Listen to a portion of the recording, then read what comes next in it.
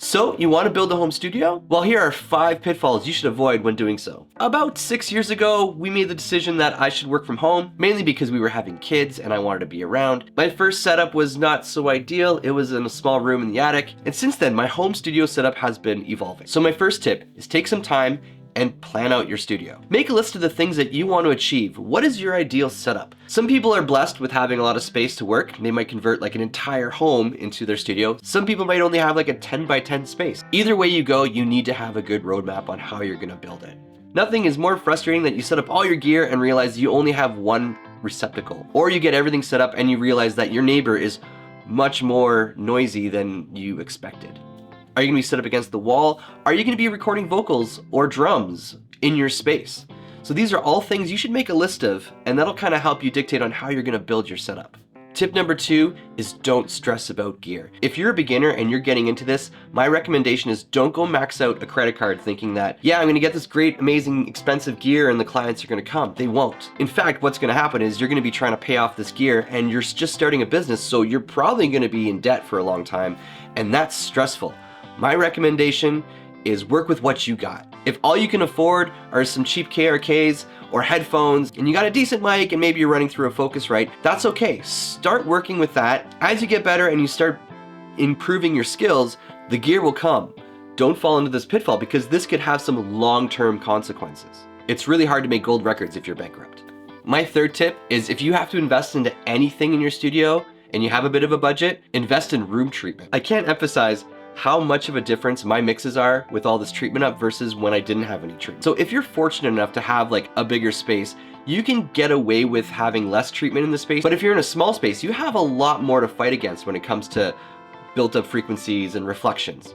Your biggest culprit is gonna be what's happening in the low end. The ones that I have here, the bass traps, the panels, all of that, I made like 26 panels for this room because it's really long. They were a little bit more expensive, but not because they sound better. It's just because I like the look of them better. It's amazing what you can do with a couple $100s and how much of a difference it's gonna change the characteristics of your room. Even if you're in a 10 by 10 space. When I first started working in the attic, when I had my little space upstairs, I was constantly fighting that space. I would do a mix, I would listen to it somewhere else, and it would sound very different. The low end was different. I was overcompensating for things. This is also something that discourages a lot of people is when they hear their mixes and they think, why do my mixes sound so shitty? There's a good chance the room is what you're fighting against. So if you have to invest in anything, invest in some treatment. Pitfall number 4 is plan out your storage. Over time, as you do this, you're gonna start to accumulate a lot of stuff.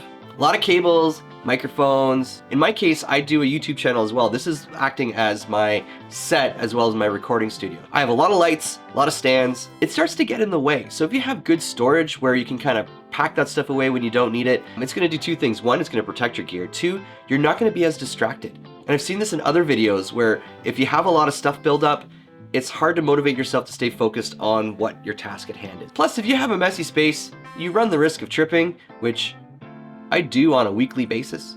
So just be safe and put your stuff away in a nice space, I guess is what I'm trying to say. My final tip is when you finally start setting up your speakers, think of the positions that they're in. Are they against the wall? If so, you might have to move them back. You want to have your head the same distance from speaker to speaker, and the speaker should be the same distance. It should make a nice triangle, and you want to keep them about head level. It makes a huge difference because it's the only way you can really hear true stereo in your mix. As soon as you step out of that apex, things get distorted. You start to hear more of the room reflections and things kind of break down to mono. So you want to keep in the apex. Anyways, those are the pitfalls I recommend you try to avoid when building a home studio. There's actually a lot of pitfalls you should try to avoid, but these are just the 5 that come to my head that I know have got me at some point. So I hope that helps. I hope you can go forward building your studio and use these tips. And as I break more stuff and discover things that I've been doing wrong, I'll let you guys know because this is also a learning experience for me. So anyways, thank you very much. Please like and subscribe, and I will talk to you guys later. Take care, everyone.